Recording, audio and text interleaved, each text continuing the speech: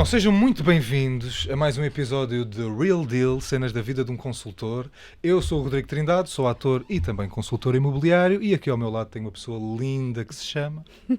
Olá, eu sou a Rosário Meireles, sou team leader da KW Exclusive e hoje trazemos à conversa o nosso consultor imobiliário de maior sucesso, o Farley Souza. Obrigado. Obrigado pelo convite, vamos a isso. Muito bem-vindo, Farley. Obrigado. Vamos a isso então, estás preparado? Estou sempre preparado. Não tenhas medo que isto não dói nada. Vambora. Farley, diz-me, nós viemos relativamente pouco preparados relativamente à tua vida pessoal, mas vamos querer saber tudo. Vamos Muito bem, Farley. Eu também não escondo muito, então. Ainda bem. Nasceste em Minas Gerais, certo? Minas, Muito bem, e estou-te a dar o mote. Nasceste, algures no ano de 1987. E depois, a partir daí, conta-me, como é que foi o teu Como é que percurso? foram os teus primeiros anos de vida? Né? Na realidade, minha família, eu sou filho de... meus pais, nós somos 3 filhos, eu sou do meio. Há pessoas que dizem que os do meio são os piores. São os piores. Entretanto, na minha família, a percepção é que eu sou o predileto, mas não sei até que ponto é verdade. Mas, então, de Minas, família toda da região de Minas, e nós viemos para Portugal e aqui estou veio quase a família 20 toda. anos. Na verdade, eu fui o último a sair de Minas, porque eu fiquei para fechar a porta, né? Meus pais e meus irmãos vieram e eu fiquei lá ainda um ano. E quando eu formei o secundário, é que eu vim. Eu fiquei aquele último ano ali praticamente sozinho. Acabaste primeiro lá o secundário, só depois depois do ano letivo terminar que vim, vieste. Eles já estavam cá, meu irmão, acho que meu irmão foi o primeiro a vir, meu irmão já estava cá há uns 3 anos. É isso. Ok, mas e então conta-me lá mais coisas sobre a tua infância, porque nós queremos saber essas Então, partes também. Não é? Sobre a minha infância, tem uma coisa interessante. Já sabemos que eras o predileto. Na minha casa havia sempre uma regra. Com 8 anos todo mundo ia pra música. Então lá em casa todo mundo é músico. Todo mundo toca algum instrumento. Que instrumento é que tu tocas? Eu toco trompete e toco violão. Mas meu irmão até hoje é músico e faz disso vida até hoje. Então meus pais... Engraçado que na minha cidade, eu sou de Ipatinga, e na nossa cidade há um projeto muito interessante municipal que incentiva muito as crianças a entrarem na música. E a escola de música, ela praticamente é de graça. Então, assim, na verdade eu estudava, eu e os meus irmãos estudávamos, e no pós-laboral, a seguir, era música o dia todo. Então isso era de segunda a sexta, era mesmo... Olha que um espetáculo. compromisso. E eu ali, a partir dos 12 anos, eu entrei naquelas bandas marcial, do Filarmônica, e toquei, fiquei lá até 17, por aí. Então, ou seja, de 8 a praticamente os 18 eu fiz, como vocês falam aqui, quase um conservatório, né? Porque foi mesmo teoria musical, prática de algum conservatório até é menos tempo, né? Tu tiveste quase 10 anos. 10 anos, então... Quer dizer, mas ainda tocas? Desculpa. Eu sou um músico sempre medíocre. Eu sempre fui um músico medíocre. Eu sou um músico... Melhor do que a maioria, de certeza. Não, eu sou músico por obrigação. A regra lá em casa era ir pra música. E eu acho que os pais hoje fazem muito bem em incentivar os filhos a fazer alguma atividade. Mas lá em casa era assim, meu pai sempre foi músico. Minha mãe também. E automaticamente meu irmão entrou, e logo a seguir fui eu, e a seguir a minha irmã. Então, assim, era praticamente uma regra. Então, nós todos fizemos teoria musical, aquele percurso todo de música até o fim. Inclusive, meu irmão, como eu disse, ainda hoje e faz isso vida profissionalmente aqui em Portugal e tal. Mas, no meu caso, assim, vamos ser honestos. O músico tem uma questão de ego muito difícil de vencer. Mas eu acho que fui claro desde o princípio. Eu fui músico porque era a prática familiar, mas não porque eu amava aquilo. Eu sou amigo de muitos músicos, gosto de estar no ambiente de música, mas eu não sou bom músico. E sim, mas chegou num ponto... uma festa de amigos, certo, mas pegas no violão numa festa, tocas, não, por acaso nós fomos mais pro sopro, ou seja, trompete. Por acaso aqui em Portugal eu já toquei numa brass band que a gente... que até hoje existe, de música, muito envolvida ali em pop, jazz, não sei o quê, mas observa, nunca foi a minha cena. Eu participava, mas eu nunca fui aquela cena, nossa, eu amo aquilo. Eu acho que era mais o meu irmão que me incentivou, vamos lá, participa comigo, eu te quero lá. Era mais por ele me puxar, porque... Mas conseguias ler a pauta, lês Não, pautas. isso eu fiz essa Lês parte teórica música. toda. Então, assim, a parte. Eu vou te dizer, eu sou mais teórico do que, de fato, o prático da música. Ou seja, teoria eu fiz durante muitos anos. Então a gente faz um percurso. Tenho uma todo. curiosidade, tu olhas para uma Consigo pauta ler. Consigo ler. e no teu cérebro Consigo ler. estás a Por ouvir a mais música. que eu. Não, atenção, por mais que eu tô te dizendo que eu sou um músico medíocre na prática, a parte teórica da música, sim. Eu Olha que estudei e espetáculo. domino, certo? Aí sim. Muito Consigo discutir com qualquer música. bem. Ainda te lembras da pergunta que ias Eu fazer? ia perguntar precisamente isso, se tinhas vindo para a música e se isso era uma regra na tua família por os teus pais serem músicos também, ou se havia alguma razão, Então, mas tu já nós somos cristãos, né? E como cristãos, na nossa região é muito comum a gente começar e nas igrejas sempre participar. Então, assim, na realidade, eu sempre fui envolvido na parte musical da igreja, meus irmãos também, meus pais também. Então, isso foi um incentivo também para a música fazer parte do ambiente familiar. Mas, como eu disse, nunca foi uma paixão. Foi sempre uma situação, ok, tô aqui, nós todos participamos e eu participo também. Mas se você for me falar assim, eu sou artista? Não. Eu acho que o meu problema é esse. Eu nunca fui um músico artista. Porque tem aquela pessoa que gosta da arte, gosta da expressão musical. Não é meu caso. Eu sou muito pragmático para ser músico. Ok.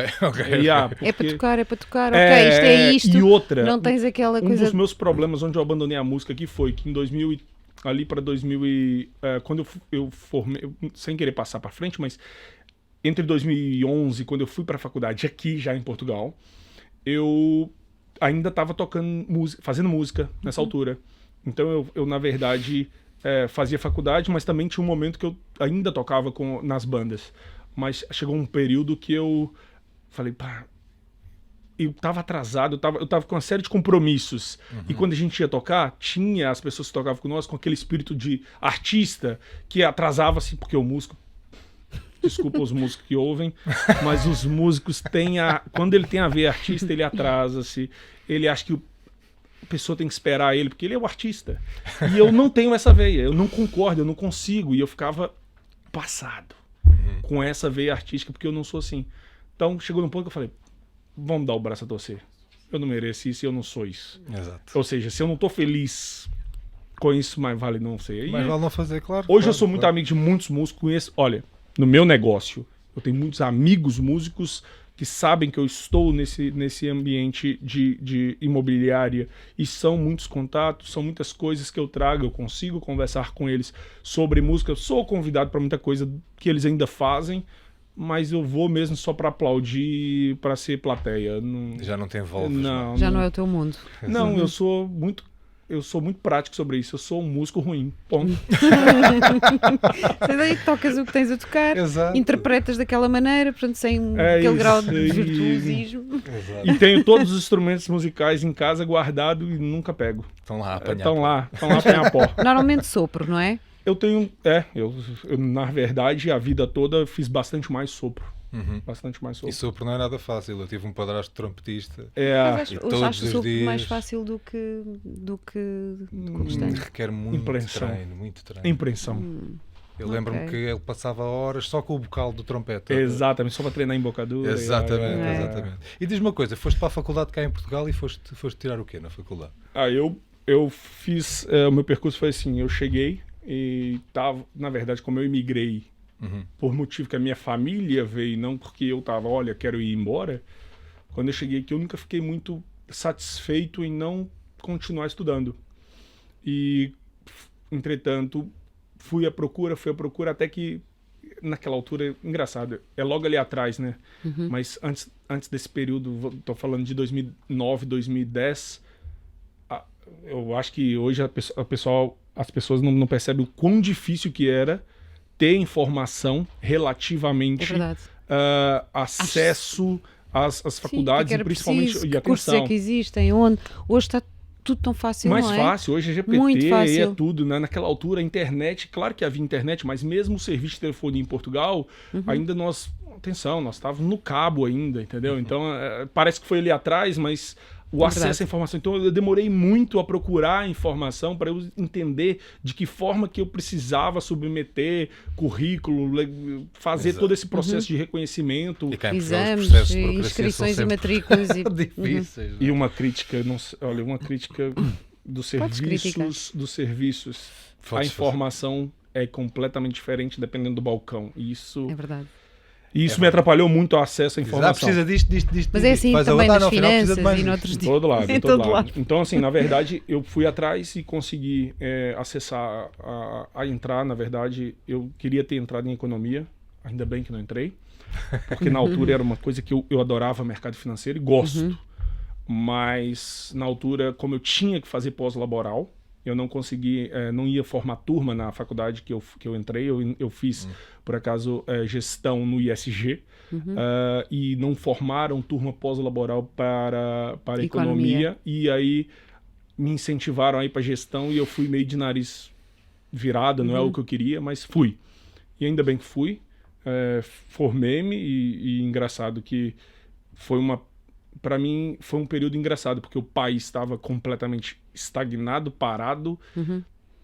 E hoje, olhando para trás, eu penso assim, eu me esforcei muito para conseguir, porque foi ali no período de 2011, 12, 13, não sei se vocês lembram, mas o país estava Muito mal. muito mal. Eu tinha uma professora que falava, olha, ainda bem que vocês estão aqui, porque Muito mal. vocês vão sobressair no futuro. Eu pensava assim, naquela altura, ela está incentivando essa malta a não desistir, porque estava muito mal o Tínhamos país. a Troika. Não, exatamente, foi a época da Troika. Então você estava na faculdade, escutando só de Troika, falando em gestão, e a perspectiva futura era zero. Engraçado, porque nessa altura o Brasil estava exatamente o oposto. E eu, como imigrante, naquela altura ainda eu estava, ok, eu estou fazendo faculdade em Portugal, pode ser que eu vá utilizar essa formação no Brasil, será que faz sentido? E eu voltar atrás e ir para o Brasil depois da minha formação, porque eu sabia que ia ter um reconhecimento de alguma forma de eu ter estudado aqui. E o Brasil estava numa época que politicamente estava um crescimento brutal a nível de crédito barato e tal. Era um período que teve ali Olimpíadas e a seguir teve Copa do Mundo. Então o Brasil estava exponencial, contrário de Portugal. E o meu ciclo de amizade brasileiro naquela altura simplesmente evaporou. Pessoas que estavam aqui há 10, 15, 20 anos, tudo voltaram. E eu naquele momento estava recém-casado e pensei assim, então... Pui, peraí, deste aí um salto muito grande na tua vida. Peraí, Não pode ser. Não foi um salto. O que acontece Calma lá foi com que isso. nesse período eu pensei assim, então, eu volto atrás, acompanho todo mundo ou fico aqui? E em 2014, assim que eu acabei a faculdade, por isso que eu fiz assim, ó, eu pensei, o que eu vou fazer? Eu pensei, pedi conta de onde eu estava trabalhando, falei, ok, minha decisão vai ser a seguinte, eu corto o laço agora e eu vou ter que tomar a decisão de mudar de vida. Formei-me e fui no Brasil. Uma semana depois que a Copa tinha acabado, cheguei, queria ficar lá 30 dias para me sentir, ok, eu faço esse movimento ou não faço esse movimento? Quando eu cheguei no Brasil, revi tudo e todos, e eu parei e pensei, pô, não dá. Eu vou voltar para lá mesmo e lá e ficar aí. E aí eu vim para cá e já logo ingressei no mercado imobiliário a partir daí.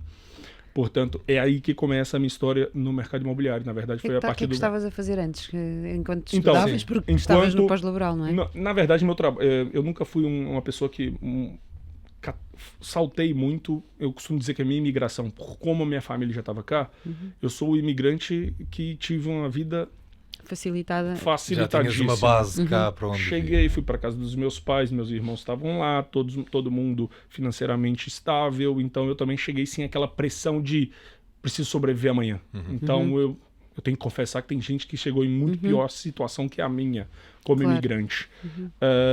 Então eu quando chego, eu logo de princípio fiquei ali num ano, trabalhei nessa altura nas obras. E depois disso, o que eu faço? Eu tomo uma decisão mais impressionante ainda. Eu volto pra casar com a minha namoradinha que eu deixei no Brasil, que é a Joyce, que até hoje tá comigo. Lindo. que lindo. Eu pensei que por acaso tinha acontecido cá em Portugal. Não, vou te explicar. Tu já viste a Joyce? Já. Linda. O que acontece? Na verdade, quando eu saí do Brasil, eu saí e a gente terminou o nosso relacionamento. Oh. E eu falei, vou embora e se der certo, um dia a gente encontra. Quando eu venho pra cá, passou um tempo, a gente começou a falar, e aquela altura, falar que eu digo era difícil, hein? Sem confessar aqui, MSN, ninguém usa isso mais, né? Orkut! Então, naquela altura, a gente começou a voltar a falar através de rede social, e aí chegou num ponto que a gente falou, ok, se a gente tá falando, tá tudo bem, então você vem pra cá, e Brasil, querendo ou não, por tudo que as pessoas pensam do Brasil, o Brasil ainda tem uma parte muito tradicional, nós falamos, olha, então vamos casar. A gente casa, eu volto aí e você vem comigo. E foi dito e feito. Foi depois de um ano aqui. Que idade é que tinhas quando isso aconteceu? Eu tinha 20 para 21. Eu cheguei em Portugal, na verdade, com 19. Que 19. visão. Yeah. Não é? Que visão de futuro, de segurança, espetáculo. Não, eu não sei. Também olhando, eu compreendo, não é? Não, vou te explicar. Olhando para trás, olhando para trás e assim, eu acho que isso do casar cedo ou casar tarde é muito relativo, porque, por exemplo, no meu caso, a gente já tá juntos, casados há 17 anos. E o que acontece? A gente vive super bem, e o que acontece é que nós casamos muito novos e só fomos ter filhos muito mais tarde, ou seja, eu fiquei praticamente 10 anos casados, nós ficamos 10 anos casados sem ter filhos, até que a gente foi ter filho. Então, assim, eu acho que teve um período ali muito legal, que a gente viajou, curtiu, cresceu junto, entende? E aí você pode dizer assim, então deu certo, sim, depois de 10 anos, vamos ter filhos e constituir família. E foi assim, mas, portanto, nesse período que eu cheguei em Portugal, na verdade, em 2007. Quando eu chego em Portugal, fico ali esse período de 1 ano somente, volto no Brasil e caso, e já venho com a Joyce e já vamos viver a nossa vida. Portanto... Foram morar sozinhos? Fomos morar sozinhos, e aí é sempre uma mudança, e a mudança não é má, hein? Observa, eu fui pro Brasil casar, pedi conta do meu trabalho e falei, quando eu voltar eu arrumo outra coisa. Saí das obras e fui trabalhar num trabalho que estava acontecendo também, que era... quem trabalhava com os rapel, a gente fazia rapel nas torres daquela mudança da TMN de GSM para o MTS, que era o sistema da internet aparecer, né? Sim. Então eu conheci Portugal de ponta a ponta, mas andaste viajando. pendurado? Andei pendurado pelas torres. Essas surpresas hoje. Na altura, eu fui trabalhar nisso, fiz ali os cursos de altura e fui para uma empresa e fui trabalhar, por acaso, meu irmão também era dessa empresa, nós formamos a equipe, eu e ele, e viajei Portugal de ponta e viste a lá ponta. De cima, não é? Porque... Exato, com mas belas por exemplo, vistas. No cimo da torre, e é muito engraçado, porque aí tem muita história nesse período, porque nesse período eu conheci muita gente, muito Portugal. Até que um dia eu cheguei no gerente, no CEO dessa empresa e falei com ele, olha, eu quero ir embora. Aí ele, mas por quê? Você tá tão bem? Aí eu falei, não, eu quero ir embora porque eu quero estudar. E a gente, trabalhando nesse trabalho, ficava muitas vezes deslocado. A gente ia a Aveiro, ficava uma semana em Aveiro. Vamos agora pro Algarve, ficava uma semana no Algarve. E eu recém-casado, isso não era nada fixe. E isso me matava um bocadinho, porque a Joyce também eu tinha aquela preocupação de adaptação dela. Eu já estava adaptado, eu tinha minha família, mas ela não tinha.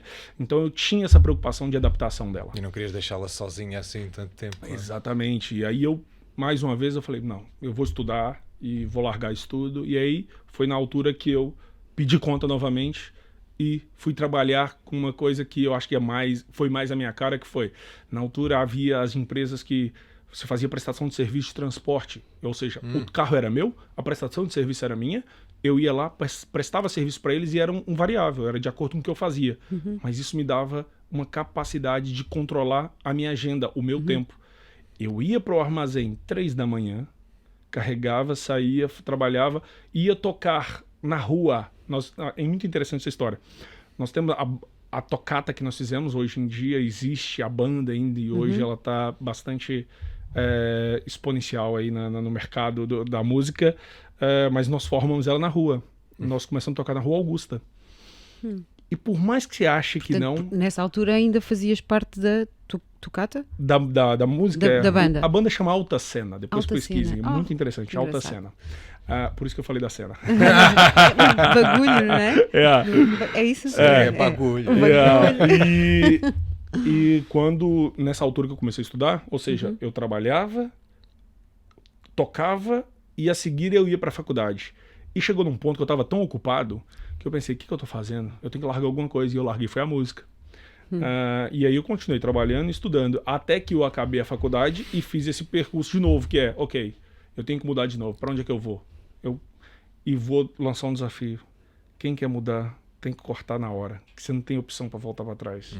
Então, no fundo, o que eu fiz foi, eu pedi conta, eu tinha talvez uma reserva de 2, 3 meses para viver e pensei, em 2, 3 meses eu tenho que fazer uma ilustre acontecer. convidada anterior, isto ou dá, ou dá. Ou dá, ou dá. Ou Não, dá, mas ou dá. A forma mais fácil de você dar certo num negócio mesmo é não assim, ter não é? plano B. Não, há não há hipótese. plano B.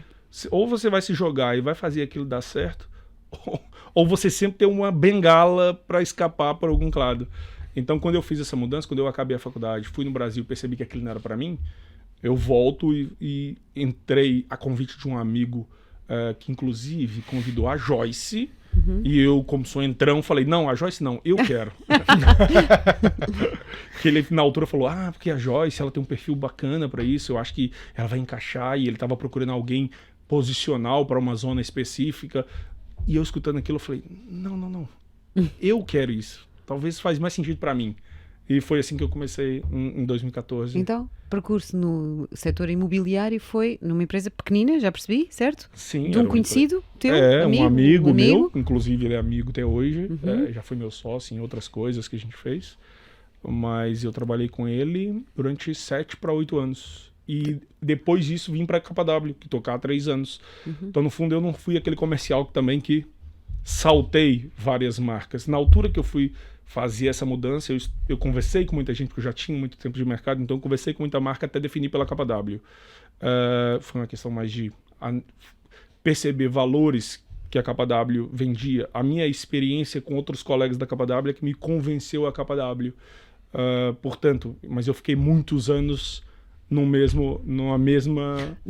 agência mais numa pequena, mesma não é? agência. Suponho que Local. local Sim, ou algo sim. do género. De ter aprendido imensas coisas. Aliás, não sabias praticamente nada do mercado imobiliário e aprendeste tudo nessa empresa, certo? Exatamente, até porque é o Coisas seguinte, quando você boas, trabalha, coisas menos quando você boas, trabalha numa diz-me. empresa familiar ou essa imobiliária local, normalmente você não tem, como nós temos aqui, advogado dentro de casa, você não tem intermediação de crédito, mas você tem uma coisa, você tem que se virar. Então era documento Sabias camarário, fazer tudo. documento camarário, documento de resolução para uma angariação, tudo. Você faz absolutamente tudo. O que acontece é que você não consegue, você não tem uma visão de escalar o negócio, você tem uma visão de resolver o problema daquele negócio e vender ele. E o que acontece é que você consegue aprender e desenvolver muito no mercado, mas você não escala o seu negócio. Você fica você fica limitado, você desenvolve muito com conhecimento de mercado, mas você fica muito limitado a nível de o que é o seu negócio imobiliário. E eu acho que a diferença para mim hoje, olhando para a KW, para o que eu tenho hoje, eu tenho pessoas ao meu lado que me ajudam a pensar no negócio e eu vejo hipótese, estou trabalhando para escalar uma coisa que eu nunca fiz. De fato, o conhecimento empírico que eu trouxe desses anos de que passei na agência pequena, eu nem tenho dúvida que é muito bom, mas eu repito isso para muita gente que me fala que quem começa numa agência com, vou dizer assim, as agências de escala, você consegue visualizar o seu negócio e levar seu negócio para outro patamar muito mais rápido. Muito mais rápido. Claro. Muito menos tempo, você está com uma equipe enorme, você está faturando muito mais. Por quê? Porque a visão de negócio é mais ampla, você não está preocupado com aquele probleminha que alguém vai te resolver. Sim, não estás tão a sobreviver, consegues fazer um planeamento diferente. Exatamente. Tens tudo às tuas costas, né? E É isso. Portanto, Muito bem. E um como- overview, né? E já nessa altura dedicavas-te mais à angariação, mais o que é que era? Angariavas gostavas mais, mais de fazer trabalhavas mais isso? comprador? Assim, quando nós começamos em 2014, quando eu comecei em 2014, essa agência que eu trabalhei, nós só tínhamos espaço num local que na altura ninguém queria, mas que hoje em dia, olhando para trás, foi um aprendizado brutal. Nós começamos na zona histórica. E na altura, por exemplo, eu me lembro perfeitamente, no primeiro ano que eu entrei, nós tínhamos para uns 40 imóveis em Alfama a 30 mil euros, que ninguém queria comprar. Porque era Alfama. Porque os bancos não faziam avaliação bancária nessa altura em Alfama, não aceitavam. Portanto, o que aconteceu? Nós praticamente vendíamos tudo para investidores, a capitais próprios, foi o boom 2015 para 2016, para 2017 do mercado do alojamento local, e nós estávamos completamente inseridos na zona histórica. Então teve um período que eu sei que qualquer coisa que vendia na zona histórica, ou nós estávamos envolvidos ou nós sabíamos. Nós não tínhamos competição dentro da zona histórica. Minto. Não vou dizer aqui o nome, mas tinha uma pessoa... Não, até posso dizer. Não diga, já diz. Posso dizer. Não, Agora sim. vais ter que dizer. Não, agora tens de agora dizer, Senão a gente fica aqui a roer. Naquela altura, o CEO da Holmes Taylor, o Carapinha, era o nosso principal concorrente em Alfama. Por quê? Ou vendia ele ou vendia nós. Não havia mais concorrência. Pois. E ele naquela altura era Remax. Sim, pois era E depois isso. que ele saiu e montou a Holmes Taylor, e tá, parece-me um sucesso nesse momento. Mas não havia muita concorrência. Você não via Remax, você não via nenhuma agência de escala ou agência de franchising americana lá dentro. Era nós. Todo mundo conhecia. Era bairro. Era caminhar pelo bairro e conhecer. E o que isso me trouxe? Hoje eu tenho uma base de dados de construtores que naquela altura em crise vieram de Ourém, de Nazaré, do Carregado, ou seja, na verdade, de Nazaré, Ourém, Fátima, essa zona toda, era aqueles ex-imigrantes portugueses que vieram da França, ganharam dinheiro lá, construíram muito patrimônio fora, e nessa altura de crise só tinha uma alternativa, vir para Lisboa. E o que eles vieram fazer em Lisboa? Renovar na zona histórica e revender. Hoje, eu ainda mantenho em base de dados esses construtores todos, uns são meus amigos, outros continuam, a maioria voltou para as terras e continuam a desenvolver lá, muitos eu continuo com relacionamento, a verdade é que eu não tenho angariado esse produto lá, mas considero que eu teria oportunidade de trabalhar com eles lá ainda, porque eu mantenho boa relação com essas pessoas, mas isso me trouxe um conhecimento de causa, de produto de investimento brutal. Então, por quê? Por causa da escola que eu tive, que foi na zona histórica. Então, e outra, atenção, a avaliação imobiliária da zona histórica naquela altura, que nem o banco entrava, quem é que fazia? Éramos nós. Pois. Por quê? Porque era empírico, completamente. O banco não entrava. Você não tinha consideração do banco. O cálculo era nosso. Ou seja, foi um aprendizado muito grande. A nível até de trazer muita certeza e muita convicção do que hoje eu olho para trás e penso, a forma de eu estar na frente de um cliente hoje, essa experiência me trouxe muita maturidade para falar com alguém que está no negócio para ganhar dinheiro ou para desenvolver. Então é aí que nasce o embrião de, hoje em dia, seres conhecido por trabalhares com grandes investidores, com grandes promotores imobiliários, etc. Portanto, é essa evolução. Exatamente, muito bem. É isso. Então, e a determinada altura, quando deste o passo para a KW, foi porque te cruzaste com colegas KW, é isso? Em partilhas de negócios, suponho? Exatamente. Eu fiz seguido 2 ou 3 negócios com KWs e especificamente com uma pessoa da KW. E eu tenho que dar o braço a torcer, ele foi insistente. É o meu sponsor até hoje na KW e ele foi muito insistente. Mas eu acho engraçado, porque ele também é novo, é jovem, não é?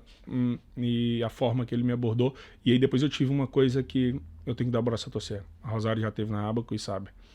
Eu conversei com 2 pessoas na KW. E eu tenho que reconhecer alguma autoridade na pessoa para respeitá-la. E eu conversei com uma pessoa que, ele não sabe que eu vou falar isso dele, mas o cara é espetacular. Eu hoje não tenho relação com ele, mas é que eu admiro sem ele saber, o Paleta.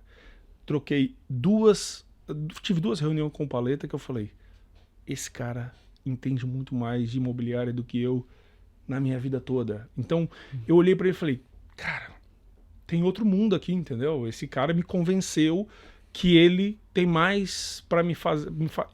existe um outro mundo além do que eu conheço.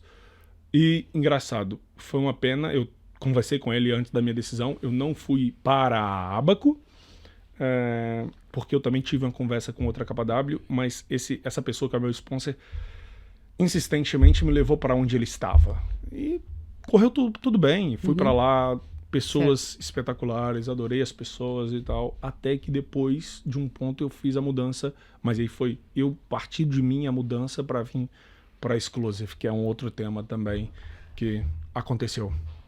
Eu vou querer saber como Sim, é nós que ocorreu vamos- essa nós mudança. vamos É porque como é que de repente- os convidados que tivemos até agora, um deles é totalmente, enfim, extemporâneo, não faz sentido, não é o Gustavo Sousa. O segundo, a Isabel, de facto, deu-nos tudo aquilo que precisávamos de saber relativamente às mudanças que ela fez. Sim. Mas contigo eu não faço a menor ideia, tenho mesmo curiosidade. Como é que essa mudança se deu e porquê? E porquê, né? Na realidade, eu tinha um amigo que estava um pouco balançado entre estar na KW ou estar fora e ir para outra agência. E eu... Outra de franquia? Outra grande? franquia, sim, sim, Remax? sim. É, um Remax. balão da vida, uma Remax da vida, ou uma Centro. Ele ia para outra marca. Sim. E sabe aquela pessoa que eu não queria que saísse do mercado? Eu falei, cara, esse cara tem potencial, esse cara tem que dar certo, é meu amigo e esse cara, eu quero que ele esteja bem. E tu eras sponsor dele já, é isso? Não. É, eu era sponsor dele, sim, sim. Mas nem Não foi é por por aí. isso. Nem Sim, claro. pensei nisso. Agora eu tive que pensar, será que eu sou? É, sou. Mas não é por isso. Sim, claro. É mesmo pela amizade que eu tenho com ele. E eu sentia que ele estava querendo sair, mas ao mesmo tempo ele gostava da KW. Mas não era aquela KW. E por conhecer alguém que estava na Exclusive, eu falei com essa pessoa, ó, você tá bem aí? Tô. Cara, eu tenho que fazer essa pessoa ir pra ir. E eu vim cá, despretendido, e sentei na mesa com o Gustavo e olhei pra ele e falei, cara, gosto da visão do Gustavo desse negócio. Ele me falou algumas coisas que eu alinho com o pensamento dele. E aí eu falei, pô, tomei minha decisão, vou sair de onde estou, vou vir pra cá. E engraçado que eu fui muito criticado. Até vou falar uma coisa aqui que eu sei que o Gustavo leva muito sobre isto, que é a visão do mercado sobre o broker consultor. Só que no modelo que nós temos aqui na KW Exclusive, eu considero que de forma nenhuma eu vejo o Gustavo como meu competidor. Não faz sentido. O meu negócio é o meu negócio, o negócio dele é o negócio dele, e nós estamos todos de igual para igual, e eu sinto que isso é saudável, e eu respeito mais como... eu costumo dizer o seguinte, todo mundo que entra novo no mercado tem uma dificuldade, que é, eu chego de manhã no escritório, o que eu vou fazer? Qual que é a minha próxima função para daqui a tanto tempo eu vender? E eu sinto que por mais que as agências, por mais que o mercado venda que as agências vendem muita formação, eu encontrei essa situação aqui na Exclusive. Mas a minha mudança da Exclusive, depois dessa conversa com o Gustavo, foi, ok, eu sinto que essa pessoa faz diferente de mim e eu consigo aprender com ele, não fazendo a mesma coisa, mas absorvendo muito do que ele faz. Então, essa minha mudança foi tipo isso. O Gustavo, numa conversa entre nós ali, que durou 2 horas, era para ter durado 15 minutos, Rápida, como é portanto. normal. Não sei se ele fala muito ou eu falo muito. São os dois. Tu não falas muito, Fábio. Se calhar falamos muito. Percebemos que juntar o Farley e o Gustavo. Opa, temos que os trazer os dois, a gente 2 nem faz horas foi perguntas. rápido. Então, o que acontece? Quando eu conversei com o Gustavo e aquela conversa rendeu, eu sinto assim, no Brasil a gente diz, o santo bateu, né? Eu acho que nós pensamos muita coisa igual, vemos o mercado de muita coisa parecida, e eu senti assim, eu acho que faz sentido eu estar nesse ambiente, porque outra coisa que eu defendo, o ambiente vai sempre te influenciar, e ponto. E eu acho que você está num ambiente que, principalmente, tem pessoas melhores que você, em aspectos que você acredita que você pode copiar ou fazer um benchmark daquilo ali, e eu falei, pô, vou mudar. E aí mudei de uma KW para outra, e eu acho que eu tô aqui no meu 2º ano na Exclusive, e tá espetacular. É uma competição saudável que te ajuda a ir mais além, não é? Eu não é acho- aquela competição É isso, eu acho que é o seguinte, a partir do momento que eu vejo pessoas que estão crescendo em velocidade muito maior que a minha, ou igual a minha, ou estão fazendo coisas diferentes do que eu, e que eu possa aprender com o que essas pessoas estão fazendo, isso é motivador, porque por si o mercado imobiliário é um mercado muito solitário. É um mercado muito solitário.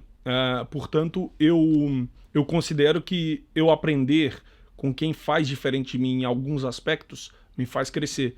E eu acho que isso é o que me prende, é a cola que me prende à Exclusive. Não necessariamente o Gustavo, mas todo mundo que está aqui e que, de alguma forma, ele tem tentado unir pessoas de diferentes características que trabalham de diferentes formas. E eu até partilho de uma visão dele, que você chega hoje no escritório, eu consigo visualizar. Fulano, aquele colega trabalha... é muito bom nisso. Aquele colega é muito bom naquilo. Então, se eu tenho uma dificuldade naquele aspecto, eu procuro essa pessoa. Aprenda alguma coisa com ela. Eu acho que isso é um ambiente que te faz crescer. E é um mercado solitário. E por um mercado ser muito solitário, você está no seu mundo, você é seu negócio, você precisa dessa troca. Por isso eu defendo quem pode e quem gosta estar envolvido no ambiente de escritório. Eu percebo as pessoas ser produtivas em casa, não é meu caso. Em casa eu estou em modo casa, eu não estou em modo trabalho. Portanto, eu tenho que vir para o escritório. Então, se eu não estiver no escritório, eu estou fazendo alguma coisa relacionada ao trabalho. Ou então eu estou no escritório. Então, eu acho que assim, a razão pelo qual eu vim para a Exclusive tem muito a ver com procurar crescer e procurar desenvolver em aspectos que eu acredito que tem pessoas aqui melhor que eu e que eu preciso melhorar com essas pessoas. Diferentes, pelo menos, em determinadas áreas. E que te acrescentam, não é? Exatamente. No fundo, complementamos-nos a todos. Acho que é isso que acontece aqui. De forma feliz, portanto, és feliz cá, certo? Sim, estou bem, muito bem cá e gosto e defendo as pessoas que cá estão e acho que é uma porta que ainda muitos vão descobrir. Espero que sim. Muito bem. Esse é o espírito. Ai, isto está a correr tão bem. Eu já falei, não me deixem falar. Eu começo Não, mas vamos agora falar de negócios. Sim. Quero saber quais é que são os teus truques, não são bem truques, na verdade, não é? Mas como é que tu abordas o mercado? Como é que tu o vês hoje? Apesar de obviamente eu sei mais ou menos como é que me vais responder, mas para onde é que estás a virar-te? O que é que tu queres, o que é que estás a fazer? Quais é que são os teus objetivos neste momento? Qual é a área de negócios? Porque eu sei que me vais responder e vais estar 2 horas a falar. Eu tenho tentado melhorar principalmente a minha comunicação e posicionar-me para o cliente que eu já trago de trás, que é o promotor, que é o construtor, que é a pessoa que vai investir para depois colocar no mercado um produto, seja ele de escala ou não, mas aquela pessoa que tem faz negócio imobiliário. Por quê? Porque eu acredito que eu agrego com a minha experiência de mercado para essa pessoa. E outra, eu sempre fiz assim, eu sou consultor e no meu percurso eu já comprei, já remodelei, já revendi, já construí, então, mas não para ganhar dinheiro, até porque eu sei que meu dinheiro vem das vendas, mas principalmente para eu passar pelas dores de crescimento que essa própria pessoa, que o meu cliente-alvo tem. Para te identificares por dentro e não daquilo só que podem ser as aspirações, as necessidades específicas para saberes como... E resolução de problema e ter capacidade de falar com ele, eu já fiz isso, eu sei que é assim, e eu tenho experiência porque eu já fiz isso, então valida bastante essa questão de eu já passei por isso. Hoje, o que eu tenho tentado é melhorar e me colocar posicionado no mercado de empreendimentos. Eu já tenho alguns imóveis em carteiras nesse sentido e vou entrar com muitos mais. E eu monto meu negócio a partir deste ponto. Ou seja, o outdoor. Que o Rodrigo vê. Exatamente. Eu vi no outro dia a passar pelo Montijo. O outdoor do empreendimento. Que não me mandou uma foto, senão tinha um almoço, tá vendo? eu fiz... Mas olha, eu vou passar lá amanhã. Vou passar amanhã. Eu coloquei já com o telemóvel assim. Coloquei no meu story assim, ó, se me mandarem uma foto, eu pago o almoço. Já tô devendo uns almoços aí. Muito bem. Empreendimentos, branding. Desta manhã estivemos a falar uma série de tempo sobre branding, sobre aquilo que estás a fazer diferente. E quais é que são os objetivos para esta... Não estás só a tentar, porque já tens empreendimentos angariados, portanto, e estarão outros tantos na calha. Como é que tu vês as coisas a correr relativamente aos empreendimentos e porque é que... e qual é a vantagem que vês? Ou seja, já percebi que vais angariar não só empreendimentos, que isso é um caminho para trabalhares o mercado de uma forma mais abrangente também. Eu gosto da hipótese de trabalhar um empreendimento porque eu consigo conversar bem com esse cliente e o que eu tenho tentado e quero fazer e já comecei é trabalhar em montar a equipe que me ajude com a lida da geração de lead que vem do empreendimento. Exato. Naturalmente, vão surgir negócios de venda do empreendimento, mas também eu vejo o empreendimento como não só um posicionamento interessante, e por conversas com esse tipo de cliente, eu sinto que o mercado ainda tem muito espaço para quem se posicionar nessa vertente dos empreendimentos. E aquelas empresas que nós sabemos quais são, que têm, enfim, normalmente, que trabalham só quase empreendimentos, não sentes isso como uma ameaça verdadeira? Não, eu acho que é até uma oportunidade. Uma partilha que eu fiz hoje mais cedo na formação que nós tivemos foi que a visão que um desses potenciais clientes me passou fez para mim todo sentido, e para mim eu partilho com naturalidade isso, que a visão que ele me passou foi que ele vê essas empresas especializadas como Uber do mercado imobiliário. Eles são Uber, eles são uma plataforma, eles são um marketplace, onde nós, consultores com clientes, compradores, vamos até lá porque sabemos que supostamente eles dominam esse mercado. Com alguma dificuldade, muitas vezes, atenção. Com muita dificuldade de acesso à partilha. Então, o que eu acho que dá oportunidade para alguém que está tentando ou quer posicionar nos empreendimentos?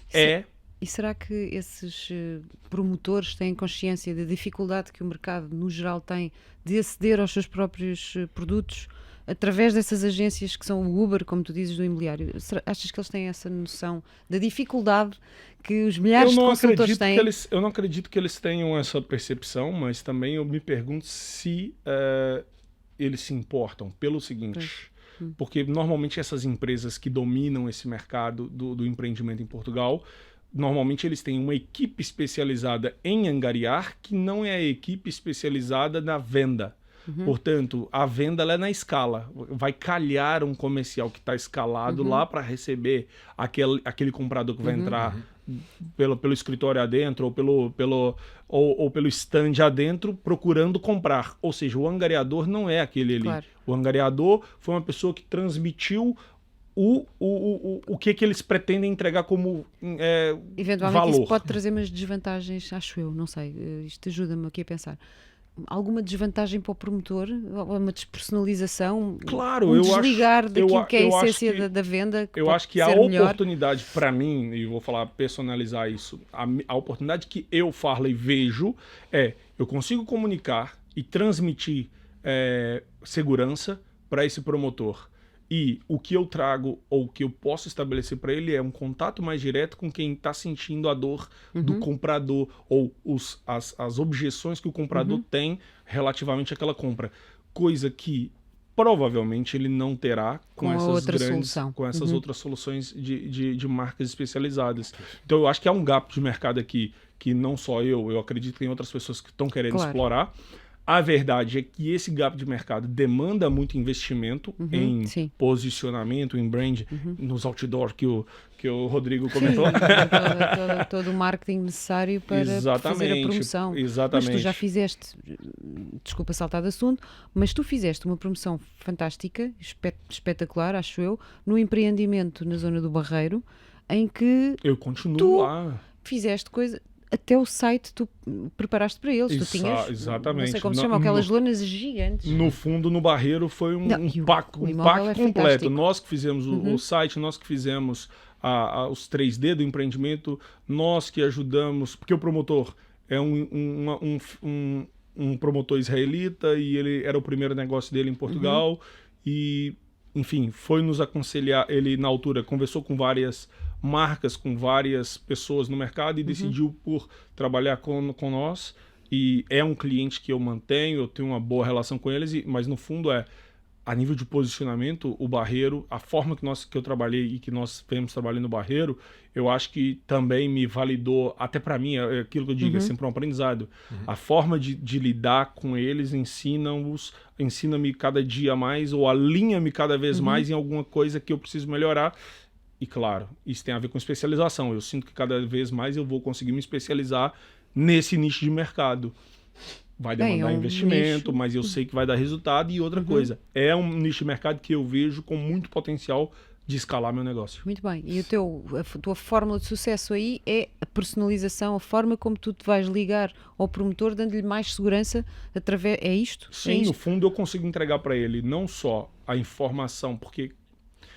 assim, a percepção de quem chega em Portugal, ele vai escutar, e eu acho engraçado isso, porque o investidor estrangeiro, quando vem para Portugal investir o dinheiro, ele vai conversar comigo e com mais 50 consultores, com mais uns tantos advogados, com mais um tanto de conselheiro, e ele vai escolher uma pessoa que ele sente que é uma pessoa de confiança para isso. É difícil, Fator é um crítico risco. de sucesso para ti? É um fator crítico de sucesso? Sim, mas é aí que eu te falo que eu me diferencio muito de outros. Por quê? Que eu já tenho muita bagagem nessa comunicação com esse cliente específico. Então eu consigo transmitir para ele capacidade de resposta. Mais E uma também vez. compreendes as dores dele, né? E Exatamente. isso faz toda a diferença. Vamos parar àquela conversa de genuinidade, não é? Sim, De nós estarmos alinhados com aquilo que somos. exato. E falámos acerca disto, e agora vou saltar aqui um bocado para aquela conversa dos vídeos, falámos acerca disto por causa da forma como nos mostramos hoje em dia nos vídeos e na promoção dos imóveis. E tu revelaste, pelo menos daquilo que eu entendi, uma ideia muito correta daquilo que é a apreciação que fazemos de se é ou não ridículo dar aqueles saltinhos, fazer aquelas... Os vídeos imobiliários exato. atuais. Sim, As opiniões são... Nós em são- off estávamos não- conversando sobre isso, Isso. e o que eu disse para Rosário, eu não consigo criticar as pessoas que fazem os vídeos, seja eles Aqueles quais vídeos forem. em que tu dás saltinhos e estás Não no ar consigo, e ficas em não pose consigo. estática e... Não consigo porque pode ter a ver com a personalidade daquela pessoa e ela está conectando com quem a conhece e que hoje em dia a rede social nem é só absorção de conhecimento, é também entretenimento, sobretudo é entretenimento. É. E você quebrar o gelo com entretenimento é aquilo que eu disse. Eu não consigo fazer porque a minha personalidade Mas- não me permite ser engraçado. Quer dizer, eu posso ter... Ele não é genuíno, ou Eu- seja, faria aquilo de forma... se calhar era é fantástica isso. mesmo, assim, ver alguém forçadamente aos saltinhos. Exato. és capaz de fazer Teria que ser sucesso. muito ridículo para ser engraçado. Seria forçado demais. E o Rodrigo é ator, ele sabe o que eu tô dizendo. Pá, tens um consultor, acho que é americano, ou o que é, que a cena dele é mostrar as casas sempre que se vira e entra dentro de casa, está de fio dental. Aí, E vê-se o fio vê dental. vê se eu Bem, esse eu não conseguiria vi. fazer Eu isso. adorava ver o Farley a fazer Vê isto. lá! Adorava. Tem muito a ver com a Um grande personalidade. plano. Tem muito E a ver. há outra, por exemplo, que faz o jogo das escondidas, do hide and seek. Aí. Mostra uma divisão e ela está escondida e a cena é Faz tu cucu. encontrares onde é que ela está. Pá, tem um sucesso gigante, mas lá Eu não consigo criticar Mas então- esse tipo de abordagem, porque eu consigo ver que, e um outro comentário que a gente fez em off, que é, eu vejo o mercado mudando tão radicalmente que quem não se ajustar da forma que ele conseguir genuinamente, vai ficar pelo caminho, não há hipótese. Por isso que eu admiro quando Então eu vai vejo ter uma que pessoa... estar sempre a mudar a estratégia, sempre a ver o que é mais trendy, o que é que pode fazer de diferente, constantemente a mudar e depois eu não acho que tem que ser uma mudança em curto período. Eu acho que é o seguinte... É se uma a- adaptação. É uma adaptação. Você acompanhar o que o mercado está consumindo e ajustar. Se o mercado está consumindo nesse momento vídeos imobiliários, não quer dizer que você vai saltar e fazer umas palhaçadas, mas pelo menos você vai fazer vídeo. Seja ele educacional, ou seja ele para apresentação de um imóvel ou de uma zona de posicionamento. Mas eu acho que você tem que estar lá, mostrando algum vídeo, aparecendo conforme o mercado está. E não concordo com a ideia de que todo mundo tá fazendo igual. Achas? Porque é aquilo. Eu vou repetir, vai ser repetitivo. Mas é muita gente no mercado. Estima-se 50 mil consultores em Portugal. E dos 50 mil, eu sou capaz de jogar É para o verdade. alto um número que não tem 1000 Ou seja, aqueles fazendo que vídeo. aparecem fazem parecido. E observa. Mas temos um universo que não faz absolutamente nada. E o universo que não faz absolutamente nada, daqui a nada, não é concorrência direta comigo que estou fazendo. Ou com quem está fazendo. Portanto, o interesse é fazer, seja Interessa é fazer de e que depois, maneira for. e depois você faz uma autocrítica. Você também vai começar a olhar para os vídeos que você faz e é o vídeo que a sua concorrência está fazendo e falando, nossa, ele faz melhor do que eu isso. Ou eu não consigo fazer isso, mas calhar eu consigo fazer isso. E você vai encontrar o seu padrão perfeito. Agora, quem criticar sem fazer, eu acho que é só ser medíocre. Claro, claro. E tu achas que os vídeos servem para realmente vender as casas? Não Ou os tem vídeos nada a Vou servem... fazer exatamente essa pergunta. Estamos completamente Nós conectados. estamos em É sintonia. isso. Vendem casas ou São para ou não? vender as casas ou são para vender o consultor em si? Não tem nada a ver com vender casa. Você não vende casa, as pessoas compram as casas. Você se vende. É verdade. Você se vende. Observa, é uma questão de... Quem acompanha um comprador tem que ter a noção de que ele tem que ser só um parceiro que vai ajudar aquele comprador a tomar uma decisão. Portanto, eu tenho que ser empático. Se todo mundo fala que esse negócio é um negócio de pessoas, não é da boca para fora. Tem que ser uma forma de... Os vídeos, para mim, é uma forma de você comunicar quem você é. E a rede social é isso. Quando você começa a aparecer muito na rede social... Já me aconteceu, e eu sei que acontece com todo mundo em algum momento, de alguém que te vê só pela rede social chega perto de você com coisa que te conhece há anos. Você nem sabe quem é a pessoa, mas ela sabe, ela te acompanha, ela te vê todo dia. E o Rodrigo tá aqui com esse tanto de seguidor que ele tem, ele sabe do que eu tô falando. Tens 50 mil? Quase, sim. 50 mil, não é? Quase. 50 mil. Portanto, eu acredito que o Rodrigo tem essa experiência que é, algum momento chega alguém perto dele e fala, ah, Rodrigo, tal, e ele tá tipo assim, quem é você? Mas não interessa, essa pessoa te vê todo dia, ela te consome, ela é sua amiga sem você conhecê-la. E eu acho que os vídeos imobiliários servem para isso, para aquela pessoa que vai ver o outro tantas vezes, ou vai te ver tantas vezes, que vai falar assim, eu gosto tanto do Farley que eu vou entregar minha casa para vender para ele. Ou seja, é uma questão de aparecer e criar empatia sem se forçar a falar com o proprietário ou falar com o comprador só por um negócio. Você está comunicando sem ser forçadamente. Porque a rede social entrega para N pessoas que nem te conhecem. E dali vai sair alguma coisa. Olha, de onde é que tu achas, em termos de rede social, o que é que te traz mais retorno em termos de leads? TikTok? Instagram? Eu te diria, LinkedIn, Facebook? Eu te diria assim, eu tenho muito mais resultado agora no Instagram, mas eu te digo, se eu tivesse mais voltado para o TikTok, eu acredito que o TikTok também é uma fonte brutal de lead. Porque eu não conheço nada de algoritmo de rede social, mas eu vou te dizer uma coisa, a entrega do TikTok é simplesmente... As pessoas do TikTok são muito reativas, pelo bem ou pelo mal? Pelo bem ou pelo mal? Mas aí vai aquele discurso. Eu tenho vídeos que as pessoas destilam o ódio. Isso faz zero mostra na minha personalidade. Eu sei que tem gente que não suporta esse tipo de crítica de rede social. Eu só olho aquilo não me afeta em nada. Eu chamo ele para me seguir e tá tudo bem, eu não respondo, eu não me sinto... E pensar, vai, comentem mais, Exatamente, que se o algoritmo... Bora. Mas, então, o TikTok é uma rede que eu vejo que as pessoas são muito mais reativas ao que veem. Então, eu acho que a oportunidade no TikTok é brutal. Então vá, Por acaso convence-me foi lá. com o TikTok que eu arranjei um comprador para vender uma casa. Não, é Juras? brutal. Veio do TikTok. É brutal. Vamos, Também eu foi sou só eu sou um bocadinho mais velha que vocês e tenho alguma resistência. Eu estou de mente aberta, mas tenho alguma resistência em acreditar que vêm compradores ou contactos Não, mas vem. reais Já me e aconteceu sérios a mim. Já me pelo aconteceu. TikTok. Convence-me, ajudem-me. Eu acredito, vou te explicar. sei, Eu tá- vou colocar agora um imóvel angariado no Montijo, só que eu já coloquei um vídeo no TikTok e eu já recebi, não uma, não duas, umas 5 ou 6 chamadas de potenciais clientes querendo visitar o imóvel. Compradores. Eu nem coloquei o imóvel. E tá lá, sei lá, 20, 30 pedidos de, eu quero saber mais informação, não sei o quê. E tem outros 50 dizendo, tá caro, isso não é Mônaco, vai pra sua terra, e tá tudo bem, eu não me afeta. Isso não me afeta em nada. Por isso que eu acho que a rede social veio pra dinamizar a situação assim. Se você tiver a personalidade um pouquinho sensível pra isso, é melhor não estar. Mas isso eu acho que é nós como comerciais, né? Sim, mas Não vamos adianta, ganhando alguma... Não adianta, você tem que ter alguma casca relativamente a esse tipo de crítica. Jogo de cintura. Exato, então eu não... E quem está procurando... E infelizmente o nosso negócio em Portugal, de forma geral, ele é muito mal visto, ou seja, não há status. Você é consultor, parece que a última coisa que você tinha de opção na vida, você virou consultor porque você não tinha opção. Já está Na a começar, realidade, já está a começar a virar.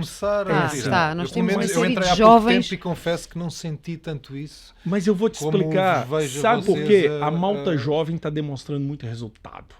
E como o pessoal jovem está demonstrando muito resultado, as pessoas têm duas formas de ver isso. ou descredibiliza completamente, ou para e fala assim, opa, se calhar isso funciona.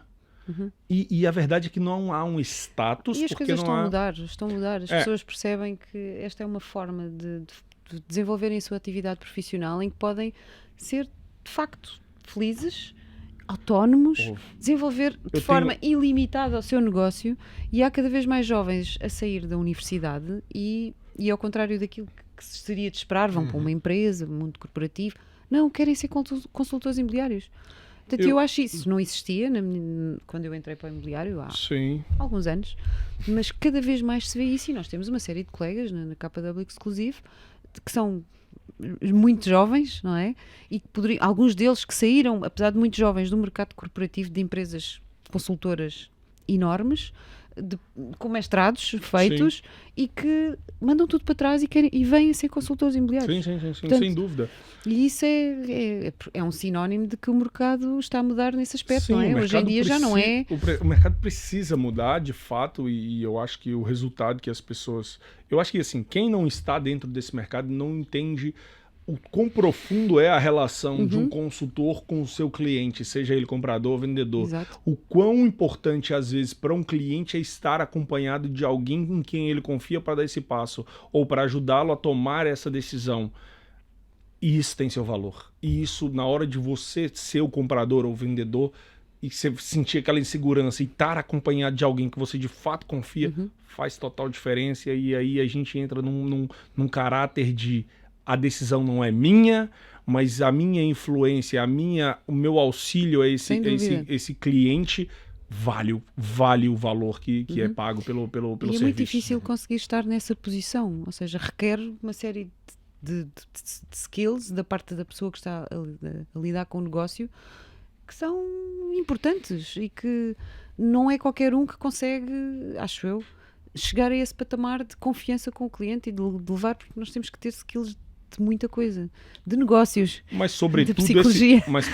Esse nosso negócio é engraçado, porque não há barreira à entrada, qualquer um, infelizmente, qualquer um entra, qualquer um sai e está tudo bem, mas por outro lado, quem fica, quem consegue fazer de fato disto vida, aprende não só a pessoa, eu acho que a busca tem que ser constante de melhoria como pessoa, como você está dizendo, emocionalmente você vai crescer muito, psicologicamente você vai crescer muito. Porque é duro, não é? É muito sempre, duro. Nem sempre é fácil, não é? É muito duro, é muito Ainda não falámos duro. de dificuldades, mas tens tido certeza absoluta as tuas, e vamos, não querendo terminar o nosso podcast a falar de coisas difíceis, mas de todo queremos acabar o podcast a falar de coisas Mas às muito vezes mais... são as dificuldades que nos fazem Mas aprender e evoluir, acredito não é? que as dificuldades, que hás de ter sentido várias dificuldades no teu percurso. Sem dúvida, nem tudo é fácil. Tudo é fácil nesse negócio, não dá para vender, e até pela dificuldade de você encontrar consultores de longo prazo, que eu vou dizer, a Rosário tem muitos anos disso, eu estou com muitos anos disso. O Rodrigo começou mais recente, mas já tem algum tempo disso. O que acontece? É muito difícil quem permanece. Entrar é muito fácil. Permanecer que é o desafio. E permanecer, eu acho que ensina você. Eu acho que mostra também que se eu estou aqui há tanto tempo, é porque isso me dá resultado. Senão eu não estaria. Senão eu não gastaria tanto tempo e tanto esforço nisso. Eu acho que eu sou suspeito, eu adoro isso. E não me vejo fazendo outra coisa sem ser isso. Portanto, muito independente do que eu vá decidir na minha vida, o mercado imobiliário, ser consultor imobiliário, é uma coisa que... É uma cena...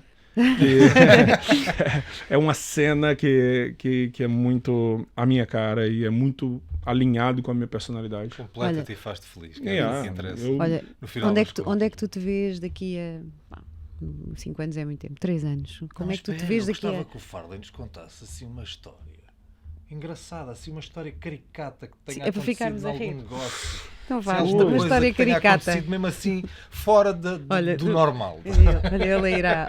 Ixi, eu tenho muitas, mas uma que eu contei recentemente, porque para mim,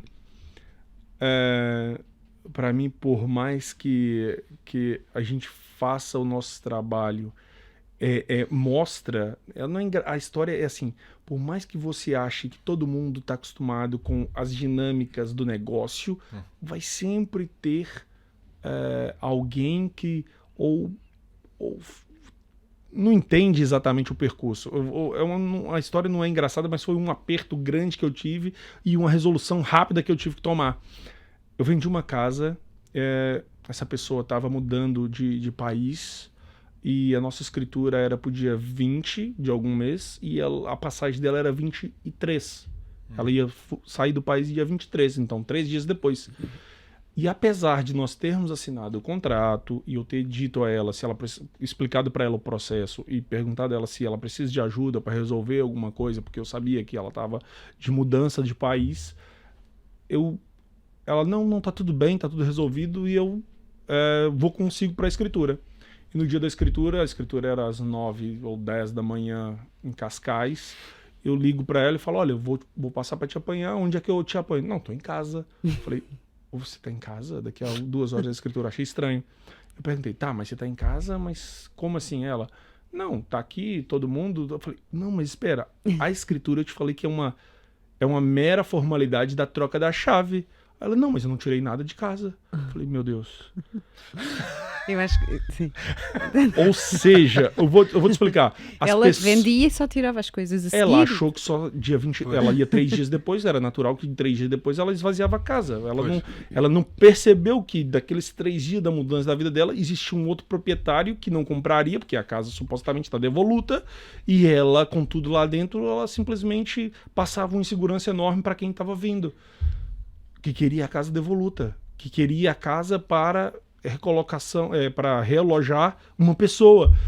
E eu, como é que resolveram isso? Como é que eu faço isso agora? Liguei para o vendedor, para o comprador, expliquei o tema e ela falou, não tem escritura. Eu falei, claro que não tem escritura, né? Consegui dar a volta a essa situação, eu tive que arrumar pessoas nos meus contatos para em 2 horas, 3 horas conseguirmos esvaziar a casa toda, enfim, o que eu quero mostrar com isso acontece-nos coisas nesse negócio que nós, por vezes, mais... temos a noção do percurso e daquilo que é necessário fazer tão consolidada em nós que por vezes podemos não passar essa informação para alguém que nunca fez, não sabem, não fazem mais Não, ideia. mas é que foi tão engraçado porque a gente teve uma reunião de alinhamento para eu explicar. As pessoas não e sabem. vou te explicar, foi um dia terrível na minha vida, porque entre ter que solucionar o problema e manter o negócio, porque também ela não podia deixar o negócio cair, porque ela ia viajar e ela não tinha mais como voltar atrás, e decisões tinham sido tomadas em cima disso, tanto com o comprador quanto o vendedor. Terrível, tive um dia horrível, mas isso para te dizer que estar acompanhado de alguém que conhece do mercado e enfim, nós conseguimos ultrapassar. Ficou tudo bem. Mas é uma das situações que a gente passa e que quem está há muitos anos tem muito mais situações, mas foi uma lição para mim. E essa última semana eu tive 2 escrituras e eu cheguei pro cliente antes, liguei para ele e falei, olha, isso já tem muitos anos que aconteceu, mas agora, depois dessa, olha lá, não se esqueça, não se esqueça que você tem que estar fora de casa, você só vai entregar a chave e não volta para casa. Agora eu reafirmo e valido, porque depois dessa situação foi muito complicado. Ainda bem que conseguimos resolver, mas olha, há várias histórias desse tipo. Poderia te contar N, mas eu preferi essa porque... Mas pronto, lá está, é aquilo que tu dizes, este tipo de situações às vezes vai são sempre aquilo acontecer. Tu hoje em dia fazes isso e confirmas e validas porque te aconteceu isso, senão não farias. Exatamente. Acabamos por evoluir também com essas Exatamente, a gente aprende todo dia com isso. Muito bem, temos aqui um último desafio. Vou passar aqui ao Rodrigo, que é algo que fazemos com todos os convidados que vêm ao podcast, que é um desafio de uma espécie de um pequeno jogo que vamos cronometrar. Vamos pedir aqui umas respostas. Isto vai ter coisas pódio, rápidas. E isso é importante ser mais rápido ou mais lento? Quem ganha é quem é mais rápido? Exatamente. Vamos ter depois um pódio com os convidados todos e depois quem ganhar, não sei, vamos oferecer. Vamos ver como está o meu. Viagem. Vamos ver como é que está a minha linha. Uma viagem a Minas Gerais, é só. Olha, então são um restaurante tinham de comida opções de mais Minas. baratas para oferecer. Então vamos lá. São assim 10 perguntas que eu te vou fazer e tu tens que responder assim de uma forma sucinta. Tipo, se for 1 ou 2 palavras, ótimo. Se quiseres dizer uma pequena frase, também estás à vontade. E pronto, a ideia é ser o mais rápido possível. Vamos pôr o cronómetro a funcionar? Bora. Começa. Vamos a isso. O que é que a Farley Souza Team faz melhor do que qualquer outra? Ui. Já estamos a vacilar. Já estamos a vacilar. Não, engraçado. O que a Farley faz melhor do que as outras? Confiança e relacionamento, não sei. Está ótimo. Se a tua carreira fosse uma ação, comprarias ou vendias agora? Eu compraria. Qual é o maior benefício invisível de trabalhar em Portugal? A proximidade com a oportunidade. E que frase usas para desbloquear um cliente indeciso? Indeciso em quê? Indeciso em tomar a decisão de, ok, é esta casa, vou comprar. Eu tento sempre bater na dor do cliente. E eu tento sempre pensar o que é a dor desse cliente que vai me fazer ele, pumba, jogar pra frente. O sucesso é, em uma palavra? O sucesso é... Eu penso que é estar bem com o que você faz e acreditar no que você faz e visualizar isso para o futuro. Muito bem. O investimento Foram uma série delas, não o investimento mais inteligente que fizeste na tua carreira? Família. Boa resposta. Certíssimo. A melhor lição de paciência que aprendeste com um investidor?